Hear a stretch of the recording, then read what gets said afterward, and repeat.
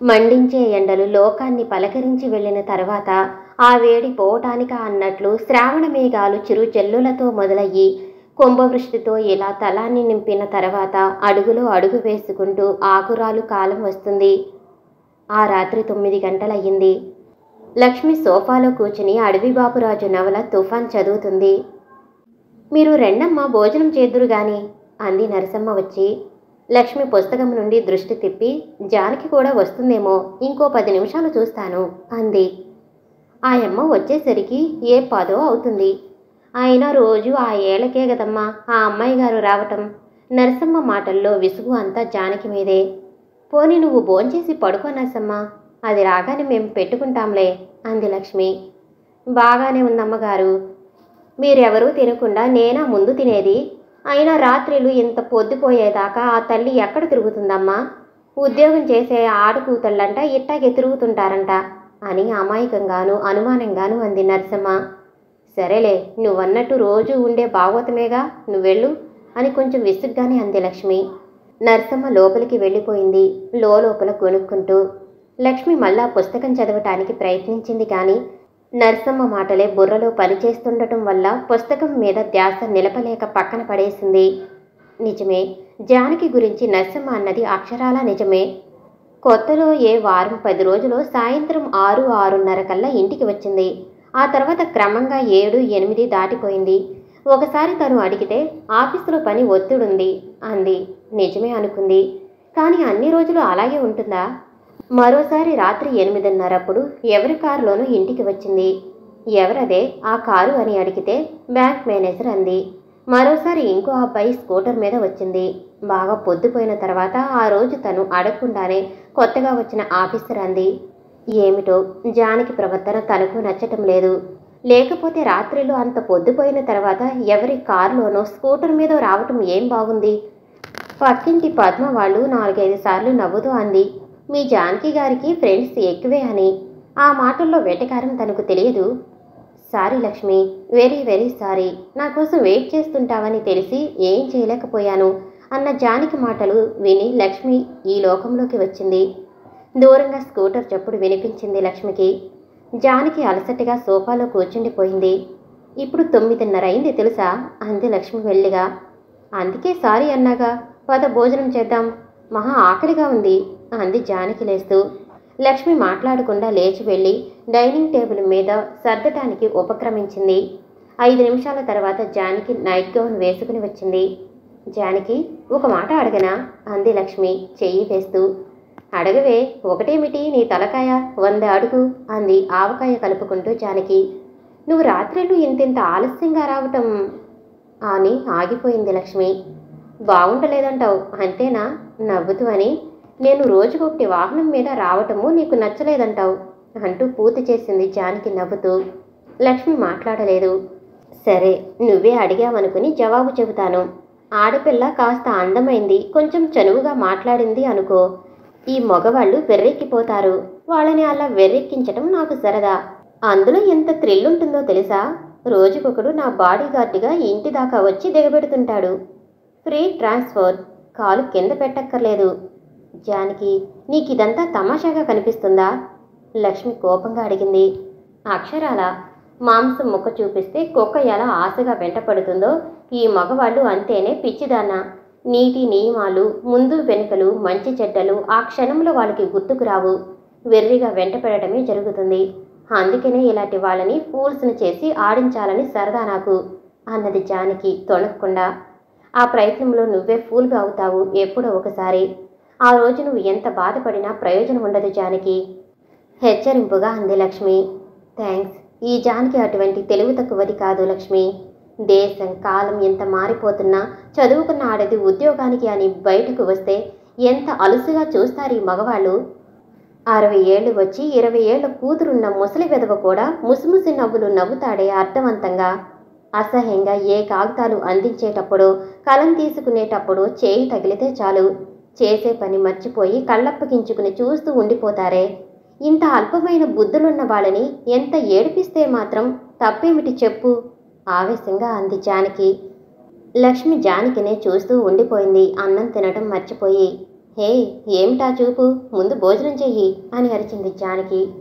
అయితే జానకి, ఇలా నువ్వు ఏడిపించిన వాళ్లలో ఎవరైనా నీ మీద కోపం పెంచుకుని నీకేదైనా అపకారం తలపెట్టాలని ప్రయత్నం చేస్తే? లక్ష్మి సందేహంగా అడిగింది. నువ్వు ఇంట్లో ఒంటరిగా ఉండటం చూసి ఎవడైనా వచ్చి ఏదైనా అల్లరి చేస్తేనో అని ఎదురు ప్రశ్న వేసింది జానకి. ఛ, ఏమిటా మాటలు, కోపంగా అంది లక్ష్మి. ఇది అంతేనే లక్ష్మి, దేనికైనా సిద్ధపడి ఉండాలి. అయినా నేనేం అంత తెలివి తక్కువ దానిని కాదులే, ఎవడినైనా అంత దూరంలోనే ఉంచుతాను అంది గర్వంగా జానకి. ఏమో జానకి, ఆడవాళ్ళమన్నాక కాస్త అడ్డు ఆపు ఉండాలంటారు, ఆ పైన నీ ఇష్టం అంది లక్ష్మి భోజనం ముగిస్తూ. జానకి గట్టిగా నవ్వింది. జానకి తత్వమే అంతా, ఏదీ సీరియస్గా తీసుకోదు. ఆ పై సంఘటన జరిగి 10 రోజులైంది. జానకి ప్రవర్తనలో ఎటువంటి మార్పు రాలేదు. లక్ష్మి కూడా జానకిని ఇక ఆ విషయంలో అడిగి ప్రయోజనం లేదని ఊరుకుంది. ఆ రోజు మధ్యాహ్నం 3 గంటల వేళ పద్మ వచ్చింది. లక్ష్మి పక్క మీద పడుకుని ఆ వారం పత్రిక చదువుకుంటుంది. లక్ష్మి, లేలే, ఊర్వశిలో మంచి ఇంగ్లీష్ సినిమా వచ్చింది, వెళదాం అంది. అబ్బా, బద్ధకంగా ఉంది పద్మ, అయినా ఇంత ఎండలో సినిమా ఏమిటి లద్దు అంది లక్ష్మి పడుకునే. చూసావా, నువ్వు వస్తావని ఎంతో ఆశగా వచ్చాను. మా అమ్మని ఒప్పించేసరికి గంటసేపు పట్టింది. బయలుదేరుదు, నీకు పుణ్యం ఉంటుంది, నిన్ను బ్రతిమాలే ఓపిక లేదు నాకు అని మొండిగా అంది పద్మ. ఇక ఏం చెప్పినా పద్మ వినదని లక్ష్మికి తెలుసు. తప్పనిసరిగా బయలుదేరింది పద్మతో పాటు. పద్మ సంతోషంతో లక్ష్మి బొగ్గ మీద ముద్దు పెట్టుకుంది. ఇద్దరు సినిమా హాల్లోకి చేరేసరికి అప్పుడే మొదలైంది సినిమా. ఇంటర్వెల్లో లైట్లు వెలిగినప్పుడు చూసింది లక్ష్మి ముందు వరుసలో కూర్చున్న జానకిని, ఆమె పక్కన ఎవరో యువకుణ్ణి. జానకి కొద్దిగా అతని వైపు వంగి ఏదో మాట్లాడుతుంది. అతను నవ్వుతున్నాడు. లక్ష్మికి ఒక్కసారిగా జానకి మీద కోపం, ఆశ్చర్యం కలిగాయి. ఆ తర్వాత సినిమా ఏం చూసిందో ఆమెకే తెలియదు. పద్మ మధ్య మధ్యలో ఏదో అంటున్నా అంటుంది పొడిగా. ఇల్లు చేరేసరికి గుమ్మంలోనే జానకి ఎదురుపడింది. దూరంగా సందుమలుపు తిరుగుతున్న స్కూటర్ కనిపించింది లక్ష్మికి. అరే, ఎక్కడికి వెళ్ళి వస్తున్నావు అంది జానకి. ఊర్వశిలో బైబిల్కి వెళ్ళి వస్తున్నాం అంది పద్మ వెంటనే. ఒక్క క్షణం జానకి కళ్ళల్లో తొట్టుపాటు కనిపించింది. నేను దానికి వెళ్ళానే, మీరు కనిపించలేదే మరి అని అడిగింది జానకి. పద్మ, మీ అమ్మగారు పిలుస్తున్నారు అంది లక్ష్మి. పద్మ ఇంట్లోకి వెళ్ళిపోయింది. మేము నిన్ను డిస్టర్బ్ చేయటం ఇష్టం లేక పలకరించలేదు అంది లక్ష్మి ఇంట్లోకి వస్తూ. ఓ అతనా, చెప్పాను కదూ, మా ఆఫీసులో చేరిన కొత్త ఆఫీసరు అని అంది జానకి. జానకి ఏమాత్రం తొణక్కుండా నిజమే చెప్పినందుకు లక్ష్మి ఆమెను మెచ్చుకోకుండా ఉండలేకపోయింది మనస్సులో. అయినా పైకి మాత్రం ఇద్దరు సినిమాల దాకా వెళ్లే పరిచయం వచ్చిందంటే ఇక పెళ్లికి ఆలస్యమేమిటి అంది లక్ష్మి ఓరగన్నుగా జానకిని చూస్తూ. మంచి ఆలోచనే నీది, కానీ ఇంకా ఆ విషయం మా ఇద్దరి మధ్య రాలేదాయే అంది జానకి తేలిగ్గా నవ్వుతూ. జానకిని తెల్లబోతూ చూస్తూ ఉండిపోయింది లక్ష్మి. మరీ అంత ఆశ్చర్యపడుకు, మరి ఏం జరిగినా నీకు తెలియకుండా జరగదులే. బట్టలు మార్చుకోవటానికి లోపలికి వెళ్ళింది జానకి. లక్ష్మి మాట్లాడకుండా వెళ్ళి కాఫీ పట్రమ్మంది నర్సమ్మని. జానకి ఆమెకు అర్థం కాని విషయంలా అనిపిస్తుంది. చదువుకున్న ఆడపిల్లలో స్వేచ్ఛ, ప్రియత్వం గురించి తను విన్నది, కానీ వాళ్ళందరికన్నా జానకి ఒక మెట్టు పైగా అనిపించింది లక్ష్మికి. అయితే జానకి తెలివి తక్కువది కాదు. ఆమె తెలివితేటలు ఆమెను ఎటువంటి అవమానకరం పరిస్థితుల్లోనూ పడకుండా కాపాడాలి. లక్ష్మి తన ఆలోచనలకు నవ్వుకుంది. జానకిని మరీ స్కూలుకి వెళ్లే పిల్లల్లాగా తను వెక్కిరిస్తున్నందుకు. జానకి బట్టలు మార్చుకుని వచ్చింది. లక్ష్మి 2 కప్పులతో కాఫీ తీసుకువచ్చి ఒకటి జానకి ఇచ్చింది. సంధ్యాదేవి క్రమంగా లోకంలోకి ప్రవేశిస్తుంది. ఆ సాయంకాలం వాతావరణం ప్రశాంతంగా నిర్మలంగా ఉంది. స్నేహితులిద్దరూ ఎవరి ఆలోచనలో వాళ్ళుండిపోయారు. నర్సమ్మ వచ్చి వరండాలో దీపం వెలిగించేదాకా. పోస్ట్ అన్న కేక వినిపించింది లక్ష్మికి. చేతిలో ఉన్న తువ్వాలు బట్టల స్టాండు మీదకి విసిరేసి ఇంచుమించు ఒక్క పరుగులో వరండాలోకి వచ్చింది. పేపర్ చదువుతున్న జానకి లక్ష్మి హడావిడి చూసి, ఏయ్, పడేవి జాగ్రత్త అంది. లక్ష్మి పోస్ట్ మ్యాన్ నుండి కవరు తీసుకుని జానకి వైపు నవ్వుతూ చూస్తూ గదిలోకి వెళ్ళి మంచం మీద కూర్చుని కవరు తెరిచింది. డియర్ లక్ష్మి, కిందటిసారి నీ ఉత్తరం అంతా నీ స్నేహితురాలు జానకీదేవి గురించే సరిపోయింది. నీ వరుస చూస్తుంటే కొంతకాలానికి నన్ను మర్చిపోయేటట్టున్నావు. భయంగా ఉంది లక్ష్మి. నీ నుంచి ఉత్తరం ఎప్పుడెప్పుడు వస్తుందా అని ఎదురు చూసిన నాకు నీ ఉత్తరం చూడగానే ఒక్కసారిగా నీ ముందు వాలిపోదామనిపిస్తుంది. కోరికలు ఎంత బలమైనవో లక్ష్మి, బంధాలు అంతకన్నా మధురమైనవేమో, కాదంటావా? ఇక్కడ ఇన్ని వందల మందిలో ఉన్నా ఒక్కోసారి నేను ఒంటరివాణ్ణి అనిపిస్తుంది. అప్పుడు నిన్ను గురించిన ఆలోచనే నాకు తోడుగా, నాకు ఊపిరిగా నిలిచేది. లక్ష్మి, మొన్న నాతో పనిచేసే హవల్దార్ 20 రోజులు సెలవు పెట్టి ఇంటికి వెళ్ళాడు. అందువల్ల పని కాస్త ఊపిరి సలపకుండా ఉంది. ఇంటికి అతను వెళ్ళింది అతను పుట్టిన రెండో కొడుకును చూసుకోవటానికి. అతను సంతోషంగా వెళుతుంటే నాకు అసూయలాంటిది కలిగింది అతని మీద. నీ నుంచి కూడా అలాంటి ఉత్తరం వస్తుందని ఆశపడుతున్నాను. అది ఆశ అవుతుందా లక్ష్మి చివరికి? సరే, ఇంత దూరం నుంచి కూడా నిన్ను బాధ పెడుతున్నానేమో. మాటి మాటికి ఆ విషయం జ్ఞాపకం చేసి మళ్ళా నీ జవాబు తొందరగా కాదు, వెంటనే వ్రాయాలి. నేను వ్రాసి ఉత్తరం పోస్ట్ చేసిన దగ్గర నుంచి ఎదురు చూస్తూ ఉంటాను. కానీ అది నీకు చేరాలి, నువ్వు చదువుకుని జాబు రాయాలి అన్న ఆలోచన ఉండదు. మరి ఉంటాను, ఉత్తరం వెంటనే వ్రాస్తావు కదూ? నీ జవాబు వచ్చే వరకు ప్రతి క్షణము ఒక్కో రోజులా గడుస్తుంది నాకు అన్న సంగతి మర్చిపోకు. నీ సుందర్. అయిందా చదవటం అన్న జానకి మాటలతో లక్ష్మి ఉలిక్కిపడింది. ఉత్తరం మడిచి మెరుస్తున్న కళ్ళతో జానకి వంక చూసింది. ఎంత అందంగా ఉన్నావే లక్ష్మి, ఈ క్షణంలో మీ ఆయన చూస్తే ఉద్యోగం వద్దు, పాడు వద్దు అని ఇల్లు కదలడేమో అన్నది జానకి చిరునవ్వుతో. సంతోషించాంలే నీ తెలివికి. సాయంత్రం తొందరగా ఇంటికి రా, ఆఫీసు నుంచి కాస్త బజారుకి వెళ్ళాలి అంది లక్ష్మి. జానకి ఆఫీసుకి వెళ్ళిపోయిన తర్వాత లక్ష్మి తీరిగ్గా ఉత్తరానికి జవాబు రాయటానికి కూర్చుంది. గంట గడిచిన తర్వాత లక్ష్మి పక్కింటి పద్మ తమ్ముడిని పిలిచి ఉత్తరం పోస్ట్ చేయించి తేలిగ్గా ఊపిరి విడిచింది. మధ్యాహ్నం భోజనం చేసి నిద్రపోయి లేచేసరికి 3 అయ్యింది. ఆ పత్రిక ఈ పత్రిక చదువుతూ గడుపుతున్న కాలం మెల్లిగా కదులుతుంది. సాయంత్రం 5:30 అయ్యింది. నర్సమ్మ పెరట్లోని సన్నజాజి మొగ్గలు పళ్ళెంలో పోసుకొచ్చి లక్ష్మి ముందర పెట్టింది ఇంత దారం ముక్కతో. లక్ష్మికి చికాగ్గా ఉంది. ఆలోచనగా మాల కట్టడం ప్రారంభించింది. ఇదెప్పుడు ఇంతే. అందులో తను కాస్త ముందరగా రమ్మన్న రోజు మరీ ఆలస్యం చేస్తుంది. అసలు ఈ ఒంటరితనం, ఆ పైన ఉద్యోగం దాని ఆగమ్య కాకిలా తిరగటానికి మరింత ప్రోత్సాహమిస్తున్నాయి. దబదబా కిటికీ తలుపులు గట్టిగా చప్పుడు చేసుకుంటూ మూసుకునేసరికి ఒక్కసారి లక్ష్మి ఉలిక్కిపడింది. చేతిలో కడుతూ ఉన్న మాల జారిపోయింది. చీకటితో పాటు నల్లని మబ్బులు ముసురుకుని మరింతగా చీకటి పడిపోయినట్లయింది.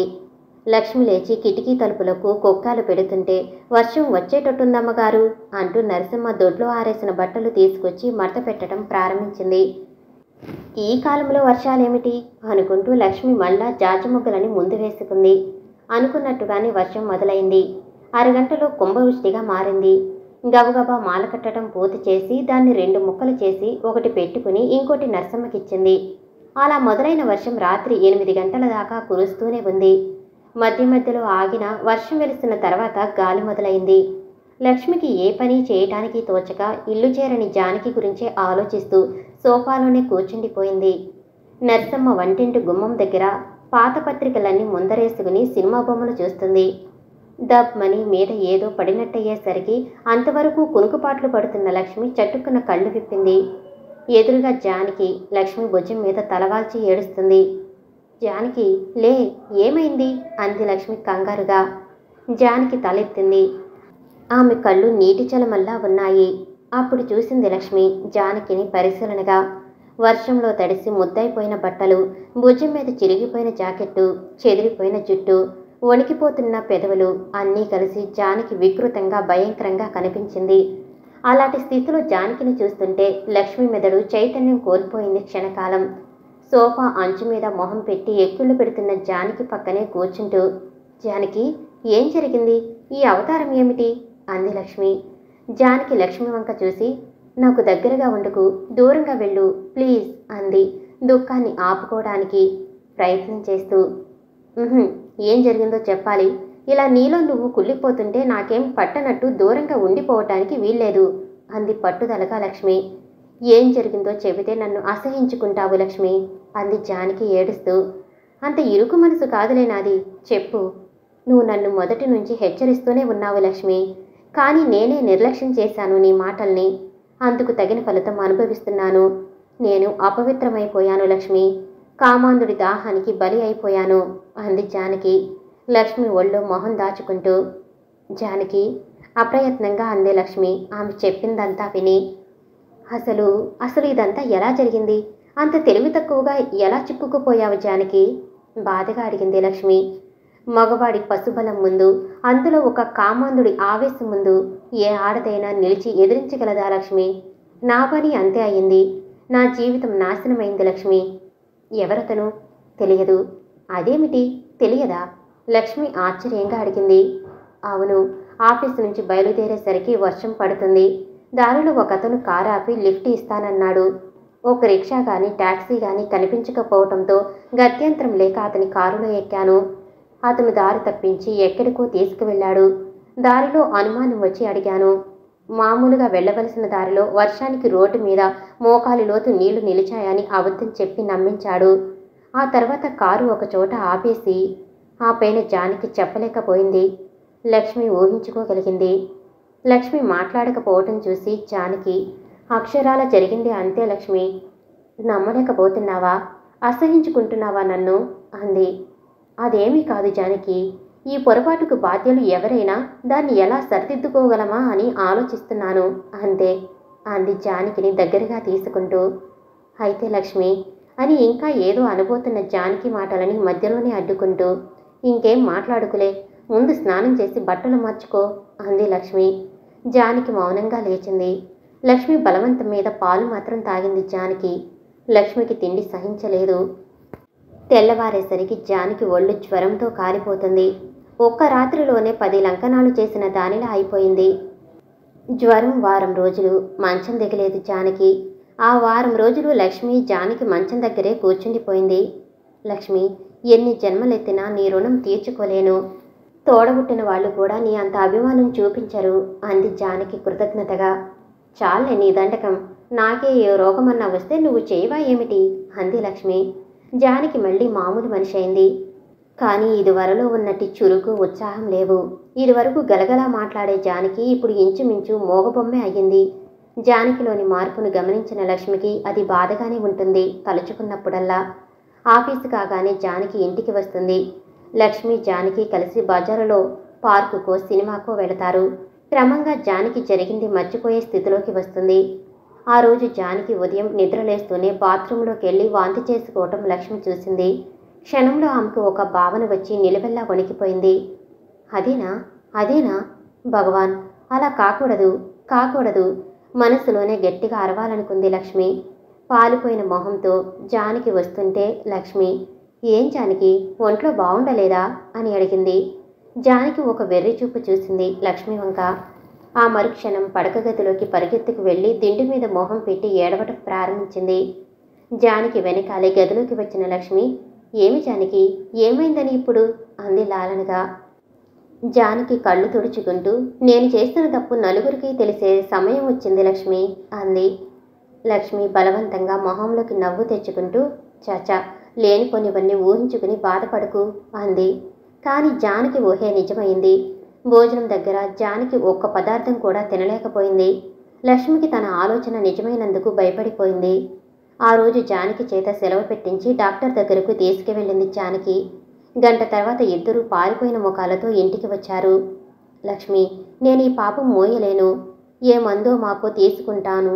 చిచ్చి, తలుచుకోవటానికి అసహ్యంగా ఉంటుంటే ప్రతిక్షణం ఈ నరకయాతన ఎక్కడ భరించగలను అంది జానకి ఆవేదనగా. ఏమిటే జానకి నువ్వంటున్నది తెల్లబోతూ అడిగింది లక్ష్మి. అర్థం కాలేదా? నేను అవర్షం చేయించుకుంటాను అంది దృఢంగా. జానకి పిచ్చిదానిలా అరిచింది లక్ష్మి. జానకి కళ్ళప్పగించి నోటమాట రాక లక్ష్మిని చూస్తూ ఉండిపోయింది. అవును జానకి, అది పాప ఫలమో నా శాప ఫలమో ఏదైనా కానీ పుట్టబోయే బిడ్డని భూమి మీద పడకుండా చేసే అధికారం నీకు లేదు, ఏ స్త్రీకి లేదు. సృష్టికి ప్రతి సృష్టి చేసే శక్తి స్వార్థం. స్త్రీకి భగవంతుడిచ్చింది మొగ్గలోనే తుంచి పారేయటానికి కాదు జానకి. ఆడదానికి మాతృత్వం వరమే కానీ శాపం కాదు. నువ్వు తప్పు చేశావని కుమిలిపోతున్నావు, కానీ నీ కడుపులో బిడ్డ మన మధ్యకు రాకుండా పోవటానికి ఏ పాపమూ చేయలేదు. పాపపుణ్యాలు విచారించవలసిన సమయం వస్తే నీకేది దక్కుతుందో తెలియదు, కానీ తెలిసి తెలిసి భ్రూణహత్య చేసి పాపాన్ని మూటగట్టుకోకు. పిచ్చి పిచ్చి ఆలోచనలు మానేసి రేపు ఏం జరిగినా ఎదుర్కోవటానికి కావలసిన ఆత్మస్థైర్యాన్ని సంపాదించటానికి ప్రయత్నం చెయ్యి. అలసిపోయినట్టుగా కూర్చుండిపోయింది లక్ష్మి. ఆవేశంతో ఆమె అదరాలు వణుకుతున్నాయి. బలంగా ఊపిరి పీల్చి వదులుతుంది. సరిగ్గా ఆ సమయంలోనే ఆమె కళ్ళ నుంచి 2 బిందువులు నా కాళ్ళ మీదకు జారి మంచి ముత్యాల్లా మెరిశాయి. జానకి తన ఎదుట ఉన్న లక్ష్మిని వింతగా ఆమె ఎవరో కొత్త మనిషి అన్నట్టు చూస్తూ ఉండిపోయింది కాసేపటి వరకు. ఏం జానకి, నేనేమైనా తప్పు మాట్లాడానా? నీ మనసు నొప్పించానా? అంది లక్ష్మి. జానకి ఏమీ సమాధానం చెప్పలేదు. అక్కడి నుంచి కదిలి వెళ్ళిపోయింది మౌనంగా. లక్ష్మి చిన్నగా నిట్టొచ్చింది. వారం రోజులు గడిచాయి. ఆ రోజు ఆదివారం కావటం వల్ల జానకి ఇంట్లో ఉండి విసుగ్గా ఉందని లక్ష్మిని కూడా పార్కుకు బయలుదేరదీసింది. సాయంత్రం 6 గంటలవుతుంది. వాతావరణం చల్లగా హాయిగా ఉంది. లక్ష్మి జానకి పార్కులో ఒక మూలగా కూర్చున్నారు. క్షమించు లక్ష్మి, ఈ వారం రోజులు నువ్వు అన్నదాని గురించే ఆలోచించాను. ఈ పాపభారం మోయటం ఎంత నరకంగా ఉందో నీకు తెలియదు.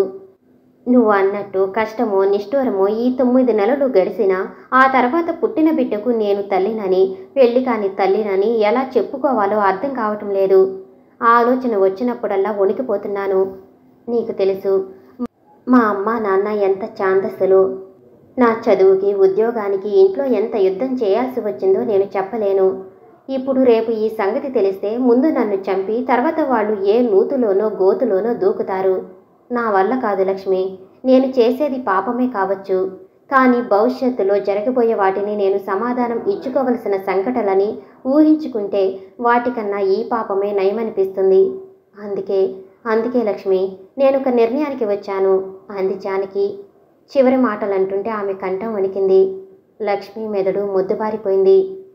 ఏమిటిది జానకి? నేను చెప్పినదంతా నాకే చెప్పి నన్ను ఒప్పించాలని చూస్తున్నావా నీ ఆలోచనకు? వద్దు జానకి.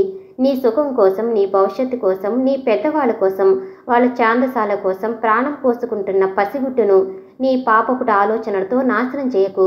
అది మానవత్వానికి, స్త్రీ జాతికి మాయని మచ్చ, కడగలేని కళంకం జానకి. జానకి, ఇంత చదువుకున్నావు, లోకం చూశావు, విజ్ఞానం సంపాదించావు. అంత బేలగా దీనంగా ఎలా మాట్లాడగలుగుతున్నావు? చదువుకొని మూర్ఖురాలిగా క్షమించు. కొన్నిసార్లు కటువుగా వస్తాయి మాటలు, కానీ నా మనసు అంతకన్నా కఠినం కాదు. కానీ పిచ్చి నిర్ణయం తీసుకుంటున్నావు నువ్వు. లక్ష్మి చేతిలో జానకి చెయ్యి బిగుసుకుపోయింది. నెమ్మదిగా తన చేతులన్నీ విడిపించుకుంటూ, ప్రవాహంలో మునిగేవాటికి ప్రాణభయం ఉంటుంది, కానీ ఒడ్డున ఉండి సలహాలు చెప్పేవాడికి అంత ప్రమాదంగా ఉండదు లక్ష్మి అంది స్థిరంగా. అయ్యో జానకి, నువ్వెంత మూర్ఖంగా ఆలోచిస్తున్నావో నీకు అర్థం కావటం లేదు.